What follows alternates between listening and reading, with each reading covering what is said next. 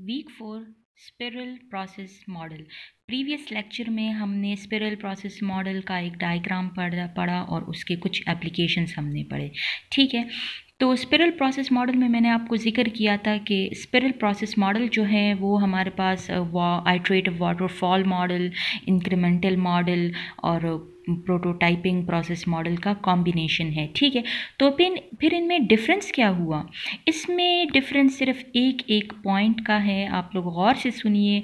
Prototype model में जो था, हम पूरे सॉफ्टवेयर का एक प्रोटोटाइप बनाते थे। कस्टमर के एक्सेप्टेंस के बाद जो था तो उन पर प्रॉपर फिर उसके जो डेवलपमेंट और इम्प्लीमेंटेशन का जो फेज़ था, कोडिंग, टेस्टिंग वगैरह सब स्टार्ट हो जाता था।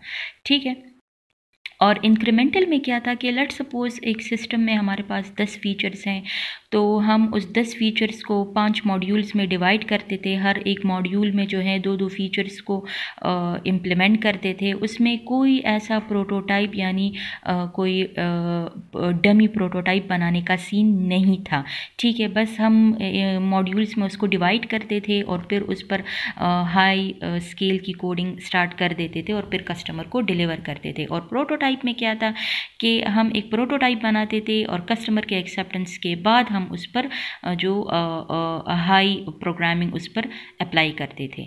ठीक है, लेकिन स्पिरल प्रोसेस मॉडल में क्या है कि यहाँ पर हर एक आइट्रेशन में जो है एक प्रोटोटाइप तैयार किया जाता है और वो प्रोटोटाइप जो है टीम अपने लिए तैयार करते हैं और फिर उस पर कोडिंग अप्लाई करते हैं और फिर वो कस्टमर को जो है तो डिलीवर करते हैं। लेकिन प्रोटोटाइप में क्या था प्रोसेस मॉडल में कि उसमें क्या था कि एक प्रोटोटाइप तैयार करते थे, फिर कस्टमर को दिखाते थे और फिर जो है डेवलपमेंटल वाला फेज़ स्टार्ट हो जाता था।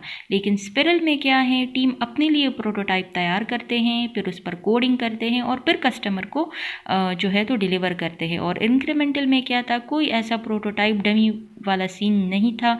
बस इंक्रीमेंट्स में जो था तो सॉफ्टवेयर बनता जाता था, मॉड्यूल्स में डिवाइड हुआ था और हर एक इंक्रीमेंट में एक एक मॉड्यूल जो थे तो वो लोग रिलीज़ करते थे। ठीक है, तो ये है difference in spiral process model, prototype and incremental model. Advantages and disadvantages. Advantages क्या है कि changing requirements can be accommodate.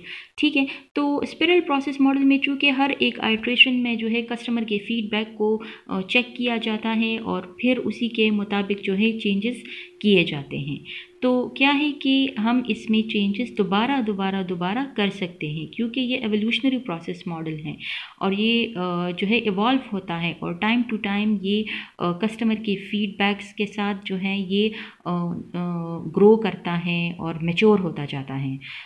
Building of prototype in every iteration, वही बात ठीक है कि हर एक आइट्रेशन में जो है एक प्रोटोटाइप तैयार किया जाता है। Focus on risk large projects. ठीक है, तो ये स्पिरल प्रोसेस जो है ये रिस्क फैक्टर पर फोकस करता है, लार्ज प्रोजेक्ट्स, और लार्ज प्रोजेक्ट्स के लिए ये ज़्यादा सूटेबल है। डिसएडवांटेजेस क्या है, कॉस्टली है। क्योंकि हर एक आइट्रेशन में जो है एक प्रोटोटाइप तैयार किया जाता है।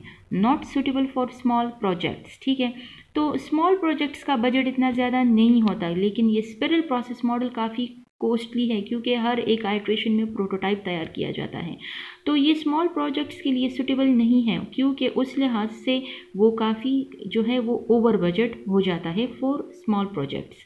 Risk analysis required highly expertise team. अगर आपके पास बहुत ही एक्सपर्ट टीम है तो फिर बहुत ही बेहतर है स्पिरल प्रोसेस।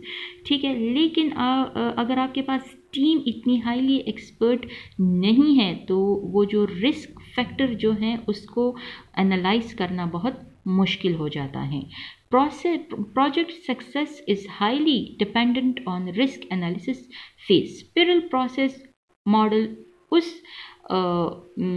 सिनेरियो में बहुत ही सक्सेसफुल हो सकता है, ठीक है, जब आपका जो रिस्क फैक्टर है इस प्रोजेक्ट में वो सिरे से ही बिल्कुल एलिमिनेट हो जाए। ठीक है, तो फिर आपका प्रोजेक्ट बहुत ही सक्सेसफुल होगा अगर उसके रिस्क एनालिसिस सही से प्रॉपर से किए जाए और आपकी टीम बहुत ही एक्सपर्ट है। ठीक है, तो फिर जो है तो आपका जो प्रोजेक्ट है वो बहुत सक्सेसफुल होगा। ठीक है, तो स्पिरल प्रोसेस मॉडल जो है वो जहाँ पर रिस्क की बात आ जाए ठीक है, तो आपने स्पिरल प्रोसेस मॉडल को ही चूज़ करना है।